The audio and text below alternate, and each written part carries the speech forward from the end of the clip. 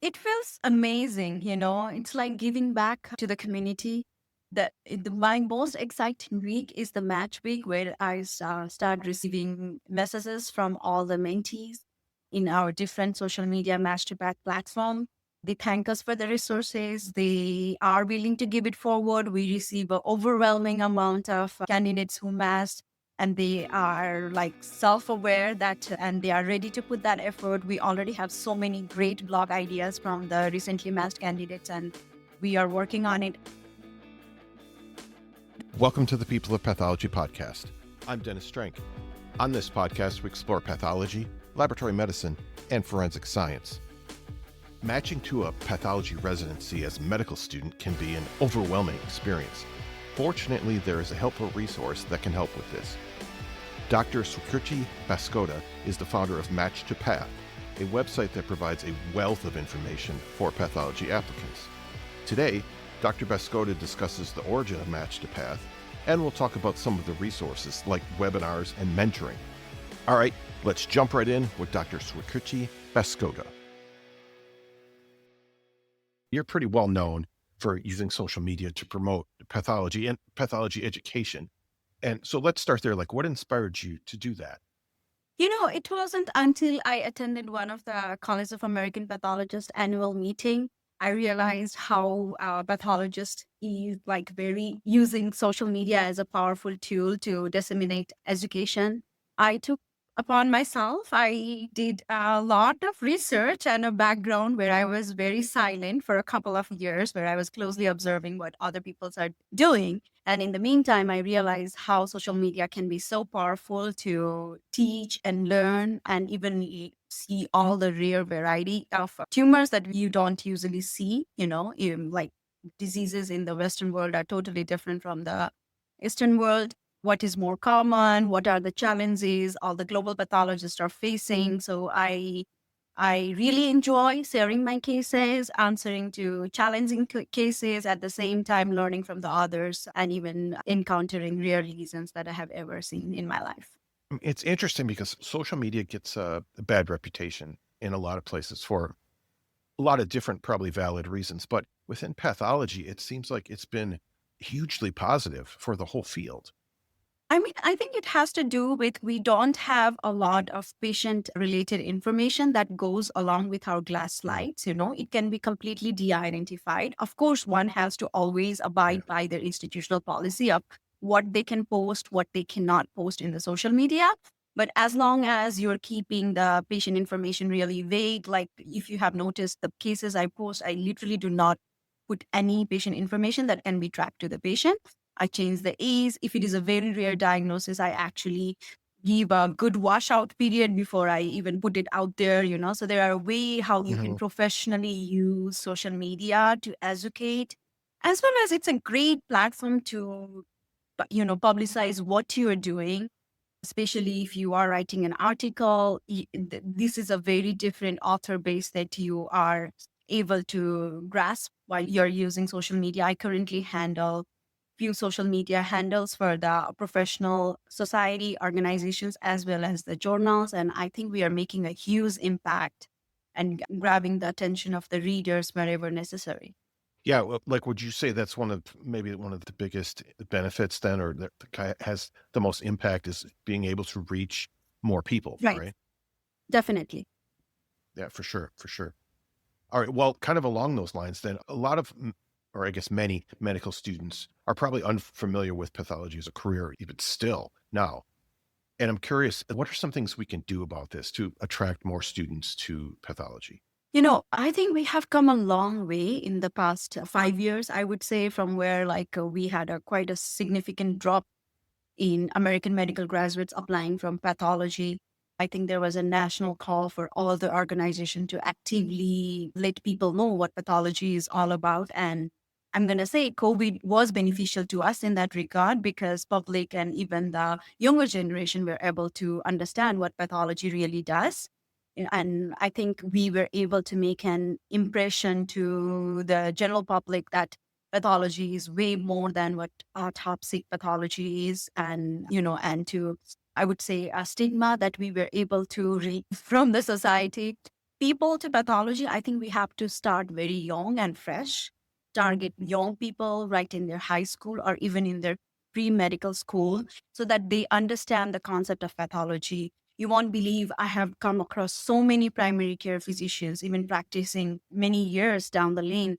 They were like, oh, we never heard about pathology when we were going to medical school. I did not come across pathology until it was too late and I had already made that decision. So I think a primer to pathology is necessary and inevitable if we want to attract more folks to pathology even before they start medical school.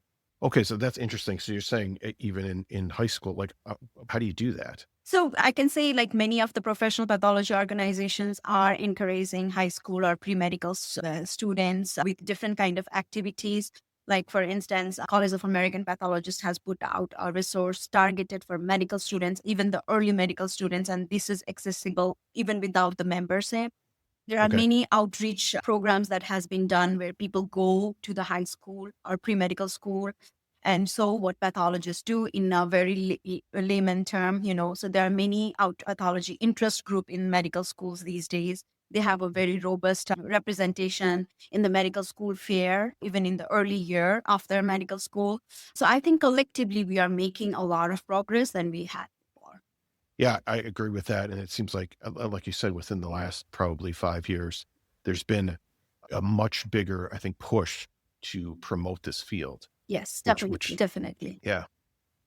All right. So one of the things that you've personally done, you founded the website Match to Path. And I wanted to talk quite a bit about this because this is a very interesting resource. So we founded this to provide guidance for aspiring pathologists. So these are for medical students, right? Right. Yes. Right. Okay. So what was the inspiration to start this website? So I come from an international medical graduate background. When I was applying for pathology, I struggled finding a common resource where I could go and research about everything that is necessary to apply for residency program. I did not have mentors or peers from my country who were willing to help me. So I always thought of building a platform which would be utilized by everyone who is interested to apply in pathology. And I actually started this as a very small Facebook group until I came across wonderful people now I work with for my website. Without them, it would not have been possible to take it to this huge scale and make it all inclusive to be targeted to American medical graduates, US students who went to an international medical school, as well as international medical graduates. Our goal is to make it all inclusive so that all of the applicants applying to pathology have a common resources to go, and whenever they are going to our website, they will realize we are trying to put everything out there. We are actively soliciting feedback from last year matched candidates to what to add. And we have a lot more coming as well based on the suggestions that has been provided by the immediately matched candidates. Not only that, since this match process is rapidly evolving and a lot of things changes every year, we try to even update the blogs as much as possible. Yeah, I've noticed too that you have quite a few collaborators on this website. And you're definitely not doing this alone. How did you recruit those people to help you? So first of all, I started with the 5 founding members. And every time, for the collaborators that are listed in my website have made significant contributions in terms of recruiting other people to write guest blogs or getting interested in making a webinar successful or even conducting the mentorship program, which has been another, successful of our website. And I honestly encountered them throughout our journey when we were helping them get into residency. They reached out to us once they were matched and they wanted to get involved because they realized it was very helpful throughout their journey to match into residency.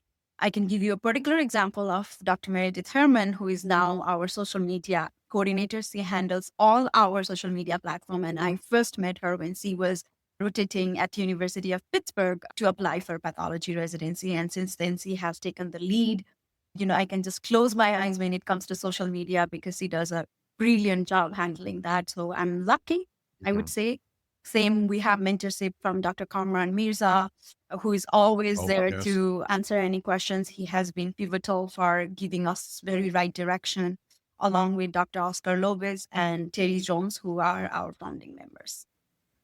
Okay. Okay. That's great. So that's interesting that people who have benefited from the help they've gotten from the website have turned around and want to help kind of the next group coming in. Definitely. So that's wonderful.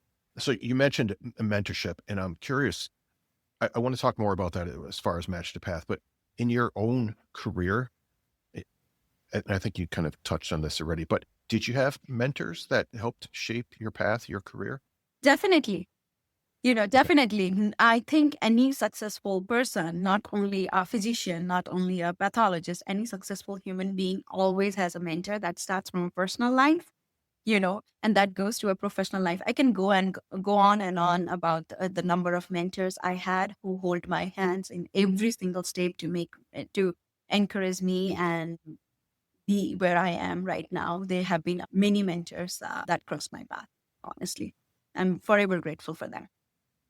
Oh, sure. I can tell you some stories in my own career too. Yeah. Right. I Mentors are agree. so important, and they can change your life in a lot of ways. Yes, they definitely can. Yeah. All right. And now, as far as getting back to Match to Path, then I know there's a section on the website for mentorship. What do you have any advice we could give for, potential pathology residents that are looking for mentors? So, one thing I encountered in my previous years of mentoring through various platforms before I landed into Masterpath was pathology is seldom not the first choice. So I found a lot of candidates were taking the mentors very lightly because it was essentially their second choice. So, if you are looking for a mentor, be honest with them. Tell them what your plan is, what your priority is, what you're looking for the mentors. We understand everyone does not only apply to pathology, but at the same time, having Right. the honest, open communication with the mentor so that we are respectful for the mentor's time, as well as building a strong mentor mentee relationship is very important. That's why if through our Match to Path platform, we have been able to do successful mentorship by creating kind of like a stepwise approach to that. So we organize a yearly bootcamp event. Whoever registers for the bootcamp event and attends the entire bootcamp event are only given registration for the mentorship program. And they can choose from one of the following, whether it is a personal statement review, whether a CV review, or a mock interview practice. They cannot do all. you know in future, Okay. if we have enough pool of mentors, maybe we will be able to provide it as a package. But since it's a voluntary work done by all the mentors, and even the assignment of the mentor mentee, we have been very mindful of their background, their professional experience in assigning these mentors to the mentees so they get the right mentorship. So it's a lot of late work to put by a very small team members of 8 to 10 collaborators and founding members. So that's why we have, and I think we have created, I'm proud to say we have created a very successful model of mentorship so that we are targeting the dedicated pool who are definitely interested in going to pathology. Okay. I love that. And it sounds like you're kind of implying that you always need more mentors, right? Yes, definitely. Yes. If you Yeah. have received, even through this podcast, I want to put it out there. If you have received any mentorship from Masterpath, or if you have matched successfully in pathology, if this is something that you are interested in, please send us an email or a DM in any of our social media platforms. We are always looking for more mentors. Okay. Wonderful. And I will link to the website to all of your social media platforms, the show notes, so people can find you Thank you. uh, I appreciate easily. that. Let's talk about what might be some of the biggest challenges for pathology applicants when they're applying for residency. And then I want to get into like, how does Match to Path help with those obstacles? So, like I mentioned earlier, many of our founding members and the collaborators, we are not program directors, right? Majority of us are working in either academia or are still in the training. So, how we are doing this is we are trying to update ourselves with any recent changes in the ERA system during the application, because I think that is where the biggest challenge lies, like signaling of the programs while applying to pathology residency is fairly recent. We did not recognize the importance of signaling in the previous years, but now I think since we have a data to back up what was the importance of signaling and the math success rate, this year I think it became very vital for people to signal to the right program for the right geographical reason So these are the aspects we try to touch upon during our annual bootcamp event. We identify very newly launched aspects of ERAS application where we are kind of sure that the applicants are going to struggle about. And we try to bring the expert in that field. For instance, in last year webinar, we brought a faculty who was actively involved with SCGME in bringing these changes to ERAS system, who gave us a 1 hour talk followed by a half an hour of a question and answer session where applicants can ask all the questions that they have which were not answered during the webinar. So I think these have been very helpful, and I think we are definitely helping mitigate those challenges from the applicants. If there is any aspects that we haven't touched about, we always send a follow-up survey post webinar so that we can implement that in our future webinars. And, whenever we are planning for our next bootcamp, we always go through all the survey feedback in very detail. Okay, I see. Is it difficult to keep up with the changes from year to year? I mean, it is, but we have a lot of resources, there is a lot Okay. of public information that is available for our knowledge. Most of the founding members who are putting the bootcamp together are familiar with the ERA system. They are either interviewing or they are actively recruiting the trainees. So we have a good pool, and by now we have a fairly good idea of who would be the good person to approach and lead us or advise in these webinar series. So, I mean, definitely there's a lot of legwork, and it's a volunteer service despite our busy clinical as well as personal life. But with the help of teamwork, I'm proud to say I have a very good team. That's why it keeps coming. But yes, definitely, I think we are able to make that happen. This is the People of Pathology podcast with our guest, Dr. Swikrity Baskota. We'll be right back. LabVine is an interactive online learning platform where laboratory professionals learn, develop, and discover by sharing knowledge and building on each other's experience. The platform provides global access to internationally accredited laboratory-specific courses and other resources developed by lab specialists like us for the laboratory industry. LabVine is free to sign up, and you can use the link in the show notes to get started. If you think it would be nice to have a helpful reference about digital pathology, I have some great news for you. Dr. Alexander Zhurov has written a book called Digital Pathology 101, all you need to know to start and continue your digital pathology journey. This book will help you whether you're a complete novice or a digital pathology trailblazer. You can get a copy of it by following the link in the show notes. Now for the rest of my conversation with Dr. Swikrity Baskota on the People of Pathology podcast. There are a lot of really good free resources and articles on Match to Path. I mean, we already talked about the mentorship program. There's a list of residency programs, different fellowships, but I want to talk about some of the articles or blog posts. There's a lot of variety, and it seems like they cover many of the things that might be challenges or difficulties for applicants.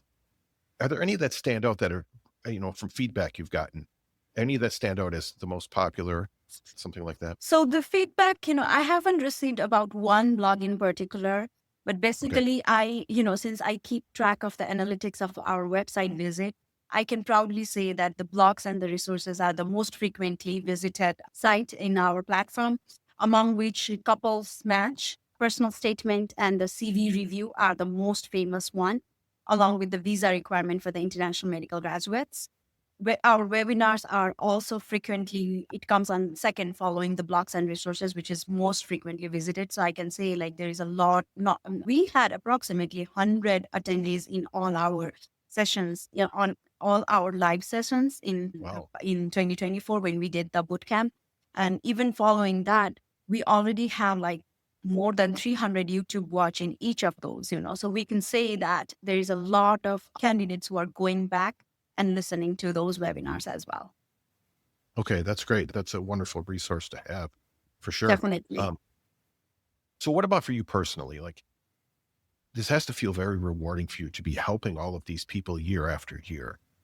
And they're coming from, like you said, when you were starting out, you didn't really have someone to guide you. And now you're doing that for all of these people. How does that feel for you? It feels amazing. It's like giving back to the community. My most exciting week is the match week, where I start receiving messages from all the mentees in our different social media Match to Path platform. They thank us for the resources. They are willing to give it forward. We receive an overwhelming amount of candidates who matched, and they are like self-aware that, and they are ready to put that effort. We already have so many great blog ideas from the recently matched candidates, and we are working on it. At this time, I also want to touch a little bit about how our blogs are posted. Any blogs that our guests write, authors write, are actually Okay. peer reviewed by at least two of the founding or members or the contributors. We previously in the beginning, we were only five of us reviewing all the blogs, and it started becoming too frequent. Or we were cut off with our life, so we started even including the contributors. So at least two of the either contributors or the founding members review the blog before posting it to the website. So most of them are fact check, editing the grammar and everything. So I can assure that most of the blogs that are posted in the website have all authentic information. Okay, that's good to know. That makes it even more helpful, I think. Right. So for medical students or international graduates that are considering pathology, what might be your top, I don't know, top two or three kind of pieces of advice that you'd give them to help them successfully match and thrive in pathology? Like you mentioned in the beginning of our podcast, social media is a powerful platform. Whether you are an Okay. introvert or an extrovert, if you are interested in pathology, do not hesitate to reach out to anybody. Be active Yep. in social media, say what you know, say what you don't know. It's okay to not know, but to put yourself out there and be honest with them. And if you end up finding a mentor that is helping you throughout any of your application process, be honest with them. Do not be nervous to have an open communication with them. The main challenge is that even the American medical graduates graduating from the Caribbean countries or even international medical graduates face are the opportunity to observerships. There is no easy way to do it. It's a Yeah. lot of cold emails reaching out to these expert pathologists in the social media, following up any lead, and are doing the legwork of emailing each and every program coordinator or program director. So I always say, do not lose hope. Keep trying. Pathology is an very welcoming field. Pathologists are very friendly people. So you will find what you need if you look hard for it. Okay. Okay. I like that. Just the idea of putting yourself out there. Right. I like it. That's great advice. Now, all right. So far, we've been talking about Match the Path and what you're doing for incoming pathology applicants. But so let's talk about you specifically. What was your journey into pathology? I'm glad you asked. I never, like when I went to medical school, I went to medical school in Nepal. So I never thought I Okay. would be a pathologist. I loved the adrenaline rush that you would get by working in the emergency department. And I was working as an emergency physician for 2 years before going to residency. So it was a huge change for me from going to an adrenaline rush field of emergency medicine to joining pathology. So I wasn't even sure if I'm going to like it, but I still recall my first week of pathology where I was so determined, okay, maybe if I don't like it, I'm going to just leave pathology in 6 months. That was my threshold for myself. But in the first week, the amount of challenges that a pathologist faced was quite prominent. We were leading the tumor board, we were making the diagnosis, and on the basis of which all the clinicians, including the neurosurgeons, were making their treatment decision. It really moved me, and I realized the in-depth of pathology and how they are really a doctor's doctor. I never looked back after I started, basically, and I'm really glad I made that decision, and I'm very happy that I chose this field. I can tell. I can tell. Was there like a particular moment when you knew this was the right field for you? But definitely, my first tumor board with the neurosurgeons and the radiologists. Oh, that sounds very intimidating, I Right. think. Yes. Now I felt like, okay, this is it. I really felt that. And, it's challenging to work in a resource limited setting. That is why I decided to move to United States. And here with the cutting edge technology, we are able to identify a lot of therapeutic targets, which is even more gratifying for my profession. Okay. Okay. I understand. You specialize in performing FNA biopsies, and you're very interested in minimally invasive cytopathology.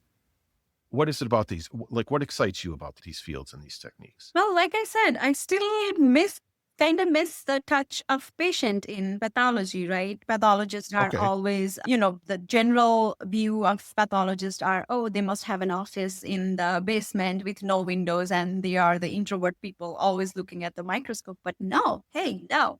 There's so many Right. fields in pathology which still has a very good touch of with the patient. And one of them is fine needle aspiration biopsy.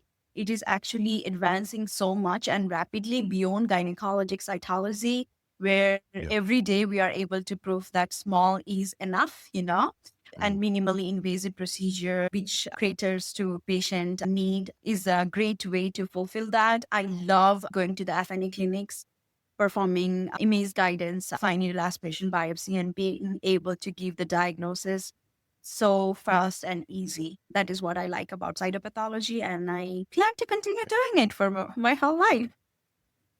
Yeah, I think, like you said, cytopathology is one of the areas of pathology in general that is rapidly evolving. New technologies and Definitely. things like how do you feel about AI is coming in? And I've heard about like even virtual staining of FNAs and stuff like that. Like, how do you think cytopathology is going to evolve in the near future? Not only the technology, even the diseases and the diagnosis are evolving because we are developing the new therapeutic targets every day. I think Uh-huh. artificial intelligence is definitely going to help us doing some of our cumbersome work. For instance, evaluating hormone receptor studies or even identifying acid fast bacilli, which is very labor intensive, or even having a very good estimate of our Ki67 proliferation index. But beyond that, I think artificial intelligence and any other new technology that is here will only help pathologists do their job better, faster, and efficient. Right. So I like to mention this every time I'm talking about artificial intelligence. It's not meant to replace No, anybody, right? I don't It's going think to make so. us more efficient. I don't think so. Human mind created artificial intelligence. I don't think it's replaceable by any bit. Right. I agree with that. Right. Okay. So now you've got future pathologists, aspiring pathologists who are trying to get into the field. And now we're talking about this is how the field might change a little bit in the future. So how can these aspiring pathologists prepare for this incoming technology and AI and all of these things that we just mentioned? You have to always understand that what the core of pathology is, which is always going to be morphology. As long Mhm. as you are a very good morphologist, which is essentially looking and diagnosing the tissue under the microscope, every added technology to the field will make you a better pathologist. Okay. I like that. That's a great message. This has been super interesting. I'm glad I got the chance to get to know you a little bit better and definitely to talk about Match to Path. This is such a wonderful resource. It's just amazing, like looking through the website, and there's so many resources and it's all for free. Yes. So thank you so much. So Dr. Swikrity Baskota, thank you very much. Thank you so much, Dennis, for having me and giving me the opportunity to talk about my professional life, social media, and Match to Path website. It's my pleasure to be here. If you're looking for another episode of the People of Pathology podcast to check out after this one, here's a clip from our deep dive into pathology observerships with Dr. Risha Khatri. I've really been enjoying my pathology observerships, and I'm really glad I've chosen this field. There's so much to learn. My first observership was a search path observership, and I was a bit nervous because the last time I'd been in front of a microscope was back in medical school. However, every pathologist, or most of the pathologists I've interacted with, have been very happy to teach and answer all the questions. So I ask a lot of questions, like, what am I seeing? Like, why would I see this here? Why not this? And what is this smudge on the slide? And that was the first time I learned, oh, that's just an artifact. And I thought I've learned to identify at least artifacts on slides. So it's there's so much to learn. And I was curious, what else can I see? You can hear more from Dr. Risha Khatri as well as Dr. Abdul Abid as we explore pathology observerships in episode 180. All right, big thanks to Dr. Swikrity Baskota. What an inspiring story. Probably the most impactful part of this episode was our discussion of Match to Path. What began as a small Facebook group has grown into a thriving structured platform offering mentorship, webinars, and tailored guidance for those navigating the residency application process. For Dr. Baskota, Match to Path is more than just a resource. It's a deeply personal and rewarding project. Drawing from her own experience as an international medical graduate, she created what she wished she had, a supportive, informed, and accessible space to help others find their footing in this field. And now it has grown into a valuable resource that helps future pathologists year after year. And she didn't stop there. Along with the other founding members, they're constantly updating the site and incorporating new information. Even some current residents who were helped by this resource are now contributing. Just think of the impact this is having on the field of pathology. It's really pretty amazing. And it all started because she was inspired to use social media to spread educational content. We hear a lot about using social media in pathology. It has gotten to the point that some might be tired of hearing about it. But you can't deny that it has had a huge positive impact. At a time when social media is criticized in some areas for its negative effects, we see it continue to grow in pathology. Dr. Baskota saw the potential of digital platforms to spread educational content. She took to social media to spread her experiences and cases to those around the world. Now, of course, she highlighted in the episode the importance of using social media professionally and ensuring patient anonymity while engaging a global audience. One of the challenges facing pathology is the lack of awareness about the field among medical students. Dr. Baskota suggested targeting high school and pre-med university students to spark an early interest. She acknowledged the shift in perception about pathology, which was in part due to the COVID pandemic, since it highlighted the field's critical role in healthcare. Dr. Baskota emphasizes the value of mentorship in her professional journey and in the path of many successful people. This is a topic that we've addressed quite a few times on this podcast. Through Match to Path, mentors guide candidates by reviewing personal statements, conducting mock interviews, and helping with CVs. This mentorship is key to supporting applicants. The field of pathology is rapidly evolving with advancements like AI and new FNA techniques. Dr. Baskota sees these as tools to aid pathologists in their diagnosis, improving efficiency and efficacy without replacing the fundamental skills of a pathologist. She encourages aspiring pathologists to maintain a strong foundation in morphological skills, which will be complemented by technological advancements. From working in emergency medicine in Nepal to becoming a passionate advocate for pathology in the U.S., Dr. Baskota's path was defined by her desire to contribute meaningfully to the field. She was drawn to pathology by its central role in diagnostics and its potential to influence treatment decisions. Her work continues to inspire others to explore the depths of pathology with dedication and an openness to innovation. Dr. Baskota's passion for mentorship and education shines through in everything she does. Her story is a powerful reminder that technology, when used with purpose and care, can bridge gaps, foster mentorship, and inspire meaningful change in pathology education. I'll have links to Match to Path and to Dr. Baskota in the show notes. Don't forget you can follow the show at People of Path on Instagram and Twitter, or just connect with me on LinkedIn. Thank you for continuing to share the show with others. Together, let's inspire the next generation of pathologists and laboratory professionals. This show is a member of Health Podcast Network. Thank you for listening. I'm Dr. Swikrity, and I'll talk to you next time on the People of Pathology podcast.